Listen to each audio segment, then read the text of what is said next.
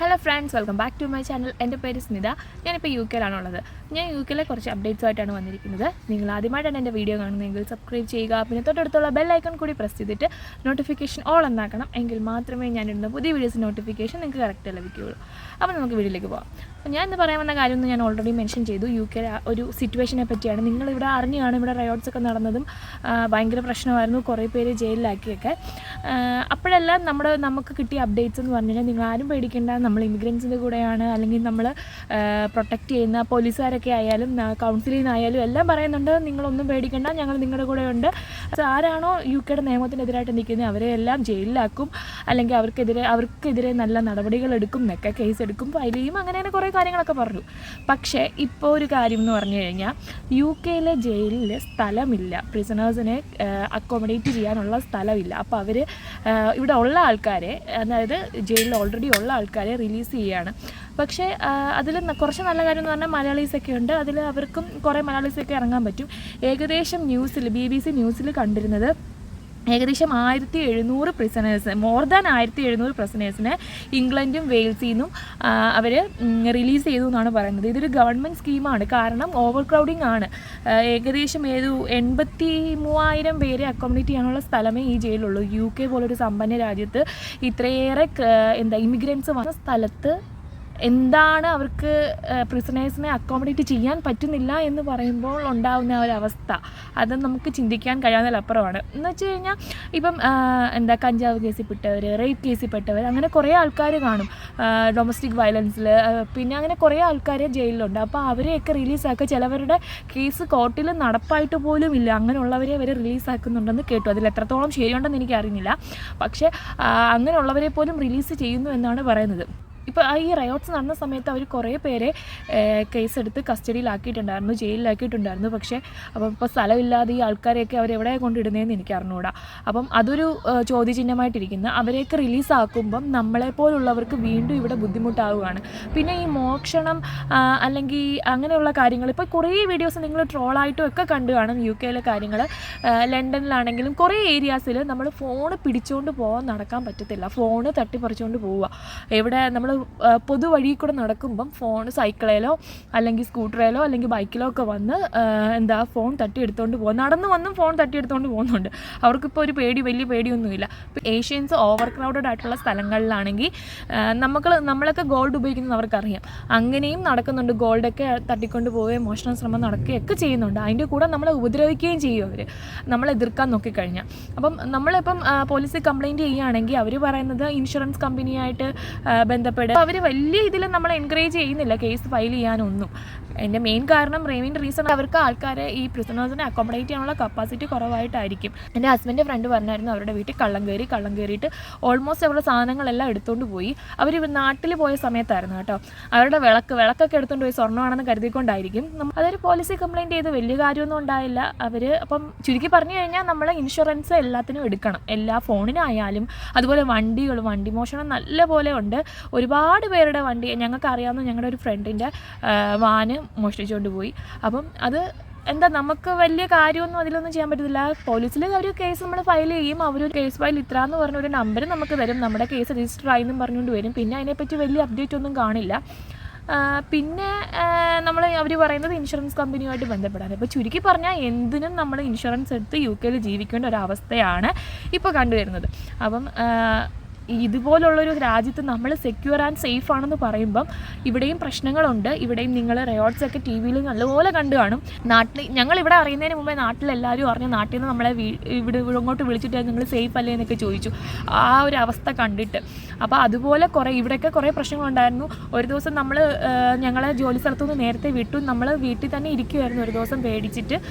പക്ഷെ ഒന്നും സംഭവിച്ചില്ല, ദൈവസഹായം കൊണ്ടൊന്നും സംഭവിച്ചില്ല.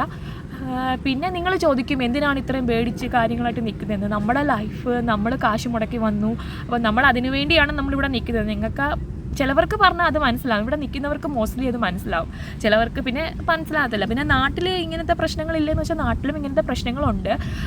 പക്ഷേ നമ്മൾ ഇങ്ങനെ ഒരു കൺട്രിയിൽ വന്നിട്ട് നമുക്കൊരു പ്രൊട്ടക്ഷൻ ഇല്ലയെന്ന് ഞാൻ പറയത്തില്ല, ഒരു പ്രൊട്ടക്ഷൻ കുറവ് പോലെ ഫീൽ ചെയ്യുന്നു എന്ന് കാണുമ്പം ഒരു സങ്കടം. അതാണ് ഇവിടെ പറഞ്ഞത്. പിന്നെ അതുപോലെ മോസ്റ്റ്ലി വിക്റ്റിമായിട്ടുള്ള, ഞാൻ പറഞ്ഞല്ലോ കേസ് കോർട്ടിൽ നടന്നിട്ട് അവർ പ്രതിയാണോ എന്ന് കണ്ടുപിടിക്കാത്ത കേസിൽ പോലും വിക്റ്റിമായിട്ടുള്ളവരെയൊക്കെ റിലീസ് ചെയ്യാമെന്നാണ് പറയുന്നത്. പിന്നെ ന്യൂസിൽ പറയുന്നുണ്ട് സെക്സ് ഒഫൻഡേഴ്സും അല്ലെങ്കിൽ ഡൊമസ്റ്റിക് വയലൻസ് ചെയ്ത ആൾക്കാർക്കൊന്നും എയർലി റിലീസ് പോസിബിൾ അല്ല എന്ന് പറയുന്നുണ്ട്. എത്ര ശരിയാണെന്നൊന്നും അറിഞ്ഞുകൂടാ. അവരിനി അതുപോലെ തന്നെ പുതിയ ഗവൺമെൻറ് ലേബർ പാർട്ടി വന്നതോടെ ഇമിഗ്രൻസിന് ഭയങ്കര സപ്പോർട്ടാണ്.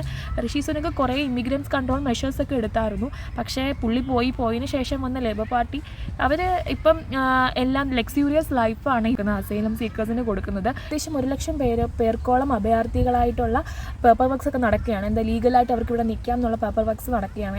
ഒന്ന് ആലോചിച്ച് നോക്കും, നമ്മളെപ്പോലുള്ളവർ കാശ് മുടക്കി വന്നിട്ട് ഇങ്ങനെയുള്ളവർ വരുമ്പോൾ ഇവിടുത്തെ ബെനിഫിറ്റ്സ് എല്ലാം എടുക്കുന്നത് ഇവരാണ്. ഈ അഭയാർത്ഥികൾക്കാണ് ബെനിഫിറ്റ്സ് കൂടുതലും. ഇപ്പോൾ നമുക്കാണെങ്കിൽ കുഞ്ഞുങ്ങളുണ്ടെങ്കിൽ നമ്മുടെ കുഞ്ഞുങ്ങളെ നോക്കണമെങ്കിൽ നമുക്ക് 2 പേര് ഇപ്പോൾ ജോലിക്ക് പോവുകയാണെങ്കിൽ നമുക്കിപ്പോൾ കുഞ്ഞിനെ നോക്കണമെങ്കിൽ നമ്മളൊരു നഴ്സറി വിടുകയെന്ന് വെച്ചോ, അവരൊക്കെ ചോദിക്കുന്ന ഒരു ദിവസത്തേക്ക് 100-150 പൗണ്ടൊക്കെയാണ്. അതും ഫുൾ ഡേ ഒന്നുമില്ല. അപ്പോൾ അത്രയും നമ്മളെപ്പോലുള്ള മിനിമം വേജിൽ വർക്ക് ചെയ്യുന്നവർക്ക് അത്രയും പൈസ കൊടുത്ത് നിർത്താൻ പറ്റില്ല. പക്ഷേ ഇങ്ങനെ റെഫ്യൂജീസ് ആയിട്ടും അസൈലം സീക്കേഴ്സ് അല്ലെങ്കിൽ ക്രെഡിറ്റ് അല്ലെങ്കിൽ ബെനിഫിറ്റിൽ ജീവിക്കുന്നവരുടെ മക്കൾക്ക് 15 മണിക്കൂർ 20 മണിക്കൂർ 30 മണിക്കൂറൊക്കെ ഫ്രീ ആയിട്ട് നഴ്സറിയിൽ കിട്ടുന്നു. അപ്പം അത് ഭയങ്കര ഫെയർ ആയിട്ട് എനിക്ക് തോന്നുന്നില്ല. നമുക്കാണ് അത് ആവശ്യം, നമ്മളാണ് ഇവിടെ ടാക്സ് കൊടുത്ത് നമ്മളാണ് ഇവിടെ പൈസ കൊടുത്ത് നിൽക്കുന്നത്. അപ്പം അങ്ങനെ ഒരു അവസ്ഥ വരുന്നത് ഭയങ്കര ബുദ്ധിമുട്ടാണ്. ഇപ്പം ഋഷി സുനക് ആണെങ്കിൽ ഇമിഗ്രൻസിൻ്റെ കുറേ വരവ് തടയാനായിട്ട് കുറേ മെഷേഴ്സ് പുള്ളി എടുത്തായിരുന്നു. പക്ഷേ അവർ ഇതെല്ലാം ആ ബില്ലൊന്നും ഇതുവരെ പാസ്സാക്കിയിട്ടില്ല. അതുപോലെ ഒരു കാര്യം പറയാൻ വന്നത് NHSൻ്റെ കാര്യമാണ്. ഭയങ്കര ബുദ്ധിമുട്ടാണ്. ഇവിടുത്തെ എല്ലാവർക്കും അറിയാവുന്നൊരു കാര്യമാണ്. ഇവിടുത്തെ ഹോസ്പിറ്റൽ സിസ്റ്റം ഭയങ്കര ബുദ്ധിമുട്ടാണ്. വൺസ് നമുക്ക് അക്സസ് ചെയ്യാൻ പറ്റിക്കഴിഞ്ഞാൽ പിന്നെ ഓക്കെയാണ്. പക്ഷേ ഫസ്റ്റ് ടൈം നമുക്ക് കിട്ടാൻ ഭയങ്കര ബുദ്ധിമുട്ടാണ്. നമ്മുടെ കുഞ്ഞിൻ്റെ രാശിനായിട്ട് നമ്മൾ ഹോസ്പിറ്റലിൽ വിളിച്ചപ്പം അവൾ വെയിറ്റിംഗ് ലിസ്റ്റിലായിട്ട് 6 മാസമായി. 1 മാസത്തിൽ 2-3 തവണയൊക്കെ വിളിക്കും. അപ്പോഴെല്ലാം അവർ പറയുന്നത് നമ്മൾ വീണ്ടും വെയിറ്റ് ചെയ്യണം, നിങ്ങൾ വെയിറ്റിംഗ് ലിസ്റ്റിലാണ് എന്ന്. അവർ പറയുന്നത് ഏകദേശം 1 ഇയർ എങ്കിലും എടുക്കുമെന്ന്. ഞാനൊരു ന്യൂസ് കണ്ടതാണ്. ഞാനിങ്ങനെ എൻ്റെ കുഞ്ഞിൻ്റെ ഇങ്ങനെ ഒരു കാര്യം വന്നപ്പോൾ എല്ലാവർക്കും ഇതാണോ എന്ന് അറിയാനൊക്കെ കുറേ ഞാൻ സെർച്ച് ചെയ്തപ്പോൾ കിടക്കുന്നത് 8 ലക്ഷം പേരോളം വെയിറ്റിംഗ് ലിസ്റ്റിലുണ്ടെന്ന്. ഇപ്പോഴും അവർക്കൊരു അപ്പോയിൻമെൻറ്റ് കിട്ടാതെ 8 ലക്ഷം പേരോളം വെയിറ്റിംഗ് ലിസ്റ്റിലുണ്ട്. 10,000 ഇൻഫൻസോളം 6 മണിക്കൂറിലേറെ വെയിറ്റ് ചെയ്യുന്നുണ്ടെന്ന്. ആക്സിഡൻ്റ് ആൻഡ് എമർജൻസിയിൽ നമ്മളിപ്പോൾ എന്തെങ്കിലും ഒരു അത്യാവശ്യം വന്നു കഴിഞ്ഞാൽ നമുക്ക് ജീപ്പിൽ പോകാൻ പറ്റത്തില്ല. ആക്സിഡൻ്റ് ആൻഡ് എമർജൻസിയിലാണ് പോകുന്നതെങ്കിൽ 10,000 ഇൻഫൻസോളം 6 മണിക്കൂറിലേറെ വെയിറ്റ് ചെയ്തിട്ടുണ്ടെന്ന്. പൊടി കുഞ്ഞുങ്ങളുമായിട്ട്. അത് കഴിഞ്ഞ വർഷത്തെ കണക്കാണ്. അപ്പോൾ ഈ വർഷം അത് കൂടി കാണും. ചില സമയത്ത് ഓർക്കുമ്പം നമുക്ക് ഇവിടെ നിൽക്കുന്നതിൻ്റെ കാര്യം തന്നെ സംശയമായി പോകും. പിന്നെ നമുക്ക് നാട്ടിൽ വന്നിട്ട് എന്തെന്നുള്ള ഇത്രയും നാൾ നമുക്കൊരു എക്സ്പീരിയൻസ് ഇല്ലാതെ നാട്ടിൽ വന്നിട്ട് ഇനി എന്തെന്നുള്ളൊരു ചോദ്യം വരുമ്പോഴാണ് നമ്മൾ വീണ്ടും ഇവിടെ തന്നെ എങ്ങനെയെങ്കിലും പിടിച്ച് നിൽക്കാമെന്ന് വിചാരിക്കുന്നത്. വലിയ ഇമിഗ്രൻസിൻ്റെ കൺട്രോളൊന്നും ഇല്ലാത്തത് കൊണ്ട് ഏകദേശം 500-600 പേരാണ് ഡെയിലി ഇങ്ങോട്ടേക്ക് വരുന്നതെന്നാണ് പറയുന്നത്. കടൽ മാർഗം വഴി, വലിയ ചെക്കിംഗ് ഇല്ലാത്ത ബോർഡേഴ്സ് വഴി അവരിങ്ങോട്ട് കയറി വരുന്നതെന്നൊക്കെയാണ് പറയുന്നത്. അപ്പം ഇത് എങ്ങോട്ടാണ് ഇതിൻ്റെയൊക്കെ പോക്കെന്നൊന്നും ഒരു പിടിയുമില്ല. പിന്നെ എല്ലാവരും മലയാളികൾ ഇവിടെ വന്നിട്ട് നമ്മുടെ ഡ്രസ്സ് ഇടുന്നു, അങ്ങനെ ഇടുന്നു, നമ്മൾ ഭയങ്കര റോഡിൽ കിടന്ന് ഡാൻസ് കളിക്കുന്നതിനോടൊന്നും ഞാൻ യോജിക്കുന്നില്ല. പക്ഷേ നമ്മുടെ ഡ്രസ്സ് ഇടുന്നു, നമ്മുടെ എത്നിസിറ്റി, നമ്മുടെ കൾച്ചർ നമ്മളിവിടെ കാണിക്കുന്നതിൽ ഒരു പ്രശ്നമില്ല. കാരണം അവർ നമുക്ക് അങ്ങനെ ഒരു ഡേ തരുന്നുണ്ട്. അതല്ല പിന്നെ ഇപ്പം വേറെ കൺട്രീസാണ്, എക്സാമ്പിൾ പാകിസ്ഥാനിൽ നിന്ന് വരുന്ന ആൾക്കാരാണെങ്കിൽ അവരുടെ ഡ്രസ്സ് ഇട്ടുകൊണ്ട് അവർ റോഡിൽ കൂടെ നടക്കുന്നുണ്ട്. ഇപ്പോൾ വർദ്ധ ആയാലും അങ്ങനത്തെ ഡ്രസ്സ് ഇട്ടുകൊണ്ടൊക്കെ ആൾക്കാർ നടക്കുന്നുണ്ടല്ലോ. അതിനൊന്നും വലിയ പ്രശ്നമില്ലല്ലോ. അപ്പം നമ്മൾ ഒരു ദിവസം സാരി ഉടുത്തു, ഒരു ദിവസം മുണ്ടുടുത്തു എന്നൊന്നും പറഞ്ഞ് വലിയ പ്രശ്നങ്ങളൊന്നും വരണം എന്നില്ല. അപ്പോൾ ഞാൻ ഈ ഒരു കാര്യങ്ങൾ പറയാനായിട്ടാണ് വന്നത്. അപ്പോൾ ഇത്രയേ ഉള്ളൂ ഇന്നത്തെ വീഡിയോ. ഇഷ്ടമായെങ്കിൽ ലൈക്ക് ചെയ്യുക, ഷെയർ ചെയ്യുക, സബ്സ്ക്രൈബ് ചെയ്യുക. നെക്സ്റ്റ് വീഡിയോയിൽ കാണാം. Till then take care. Bye bye.